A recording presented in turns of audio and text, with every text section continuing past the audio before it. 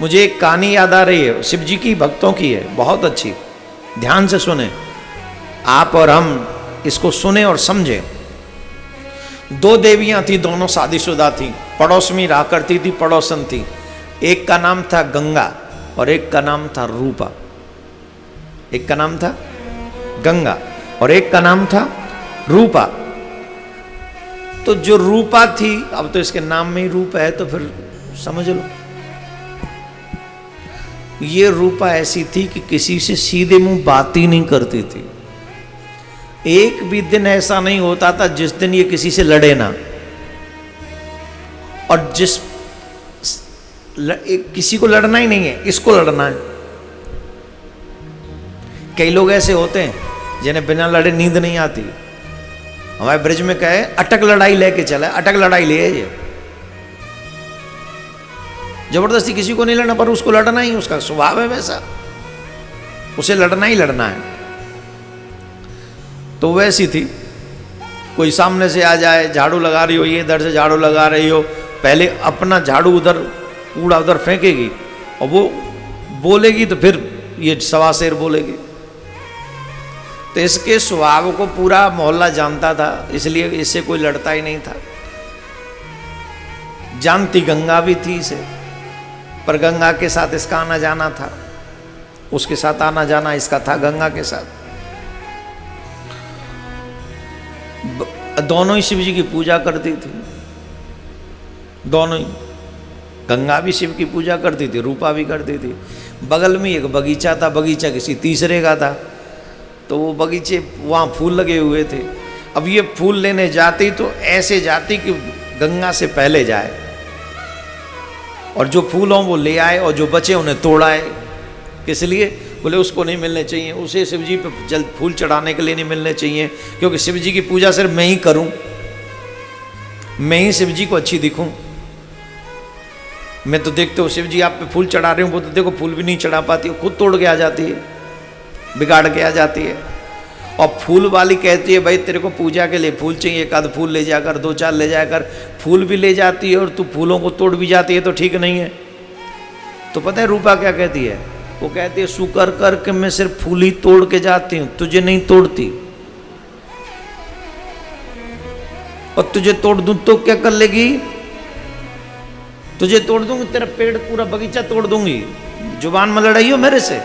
मेरी मम्मी ने मुझे सिखाया है किसी की दो सुन के नहीं आनी, किसी को चार सुना के आनी। और मैं चार नहीं सुनाती, मैं पूरे 25 सुनाती हूँ। बगीचा वाली ने हाथ जोड़ लिया, बोल तू जा देवी, गलती है गई, तू तोड़ जाए, आपका जो तेरा मन करे सो कर जा, पर तू यहां पे जा। भेज दिया, जाओ, चली आई। अब बताओ ये भी भक्ति कितनी अच्छी भक्ति है ना। मैं ही भक्ति करूं, बाकी सब। कई बार हमको भी दिख जाता है कथा पंडालों में ऐसा, अपना आसन सबसे आगे, बाकी का सबका आसन वासन रासन सबका पीछे, है ना, ऐसा कर देते। बोलो राधे राधे। देखो इतने धीरे बोलोगे तो हाँ।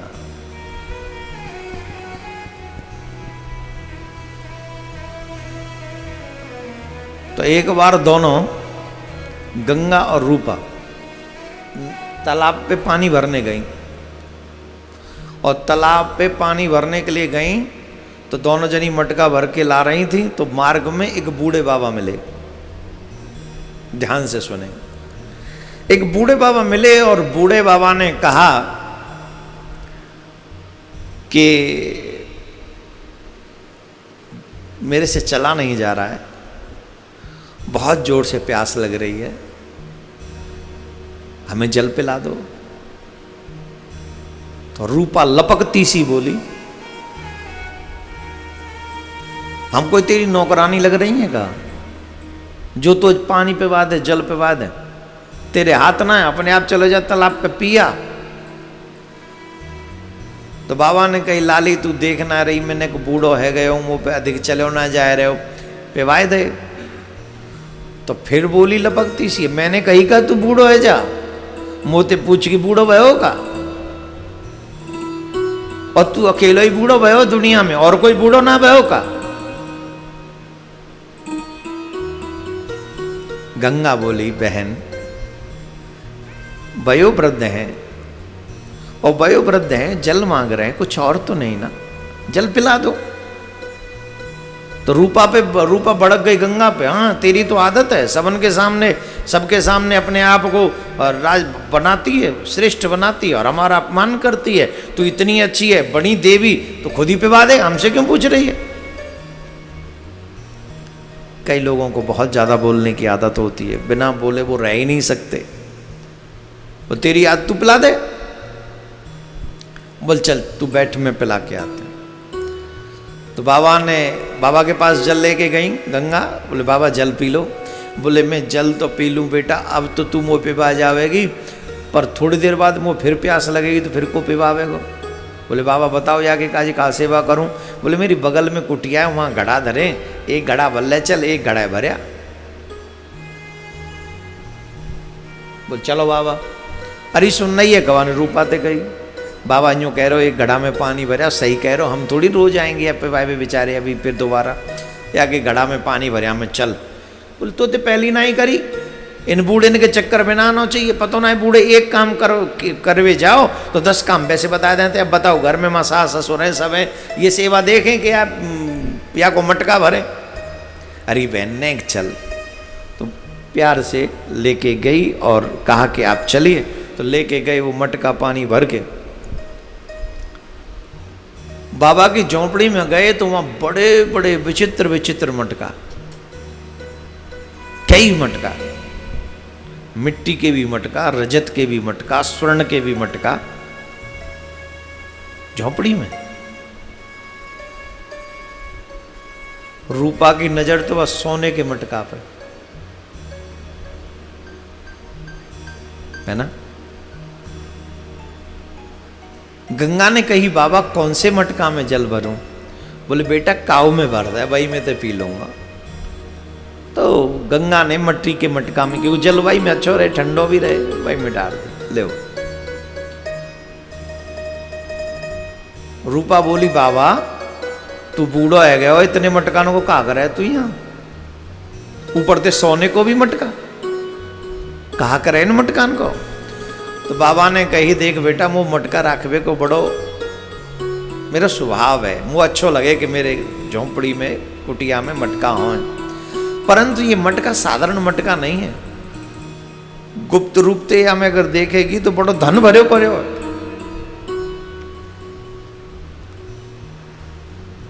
और ये मटका मैंने अपने काज ना रखे, जो कोई मेरे पास आवश्यकता अनुसार आवे मैं वाकू ये मटका दे दूं।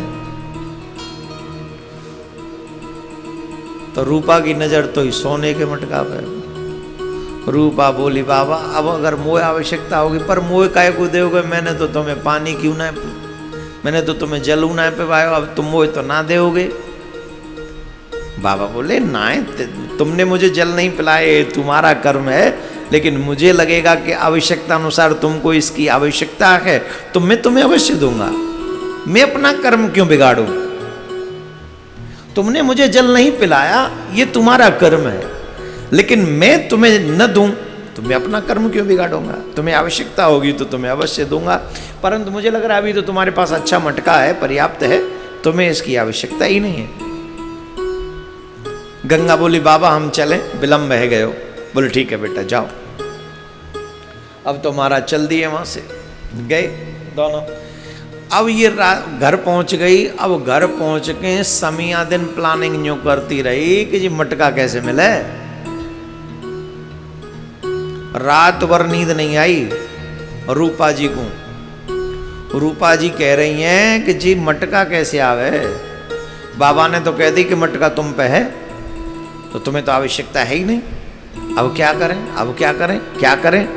तो ये सोच सोच के रात्रि भर वो अपना दिमाग दौड़ाती रही, प्लान कर लिया। धोता है उठत खाट पहुंच गई, गंगा के पास चल रही ना है, कहाँ? बोले जल भल्ला में। अभी सवेरे सवेरे, अरे चल पहले जल भल्ला में फिर देखेंगे, दूसरे काम बाद में करेंगे। बोले ठीक है चल।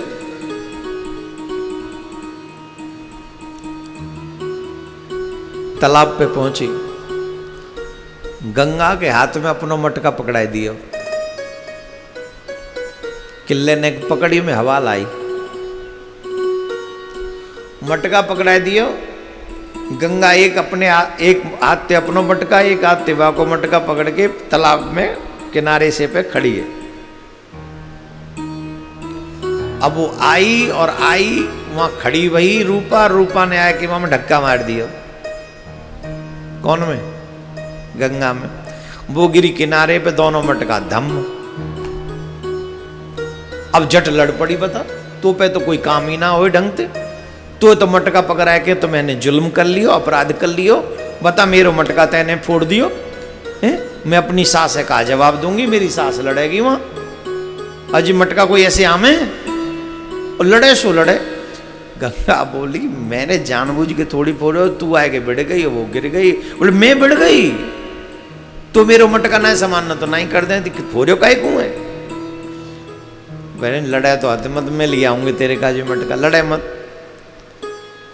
ले आऊंगी, ले आऊंगी का मतलब है? चल वो बाबा कह रहे हो ना जरूरत हो तो तुम मटका ले जाइए। बोले हम वो तो आवश्यकता ना, मैं तो घर में दूसरों रखे। बोले ना चल चल बाबा के पास चल। दोनों जाई भाई, झोंपड़ी में पहुंची। और झोंपड़ी में जब पहुंची तो बाबा वहीं बैठे हुए। बाबा ने पूछी कैसे आई हो?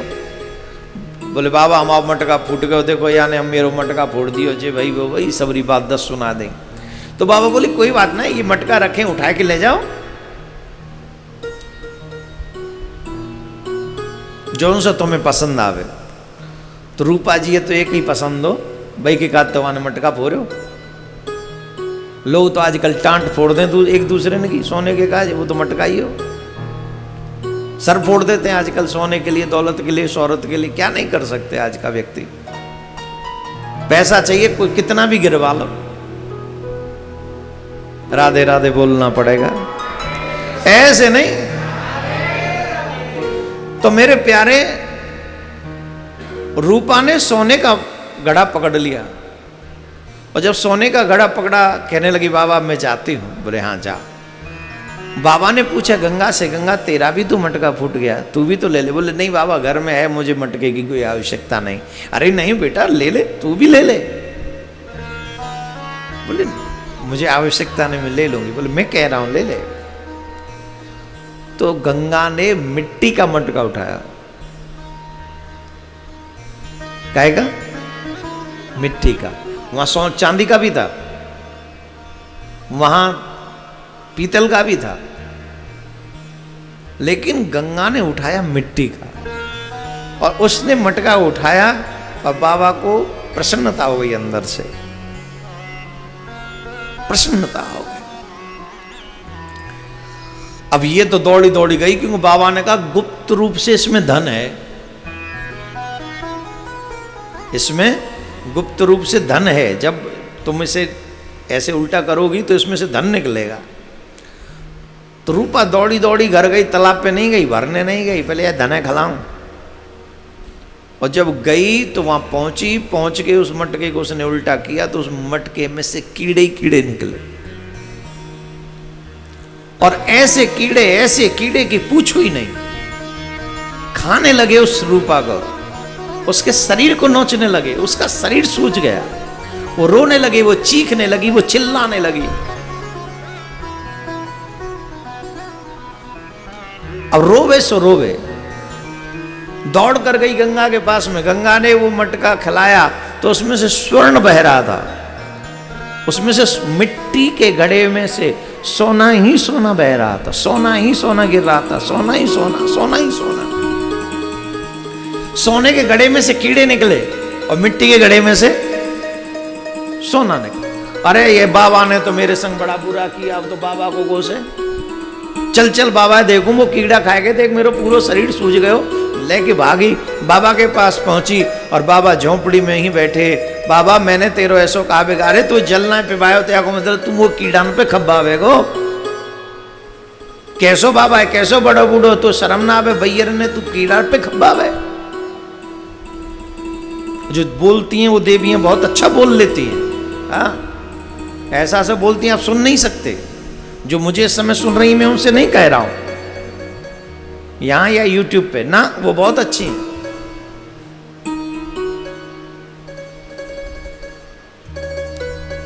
बाबा याने जल पिवा दिया तो तेने यार तू सोना दे रहे है, और मैंने तो जल नहीं पिवाया तो कीड़न पे खब्बा दी। तो बाबा बोले बेटा न तो मैंने इसे स्वर्ण दिया और न मैंने तुझे कीड़े दिए, ये पात्र तो मैंने दिए पर इन पात्रों में सही मायने में तुम्हारे ही कर्म का फल था। इन पात्रों में कुछ और नहीं, तुम्हारे ही कर्म का फल था। यथार्थ सत्य क्या है? वो बाबा कोई और नहीं, बाबा भोलेनाथ थे। बाबा भोलेनाथ ही थे। व्यक्ति की परीक्षा करने आए थे, दिखाने के लिए तुम शिव भक्ति करते हो, लेकिन तुम्हारे वास्तविक मन में है क्या? ये कि तुम बूढ़े को जल नहीं पिला सकते, ये कि अपने साथ भक्ति करने वाले को पुष्प भी नहीं दे सकते। बाबा भोलेनाथ इन सब बातों से कभी प्रसन्न नहीं हो सकते। बाबा प्रसन्न हो,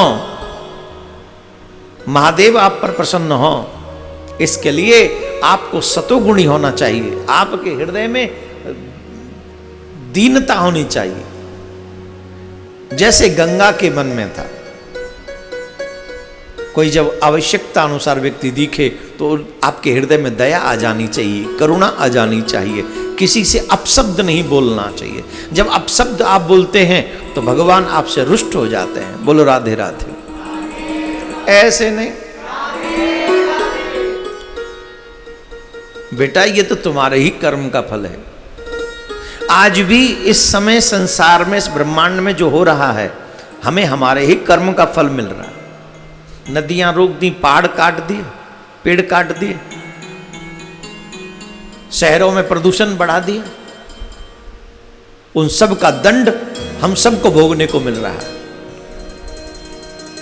इसलिए हम सबको चाहिए कि हम दूसरों को सुख देने का प्रयास करें, दुख देने का नहीं। जब हम दूसरों को सुख देने का प्रयास करेंगे, आप विश्वास कीजिए महादेव आपकी हर चिंता का निवारण कर देंगे।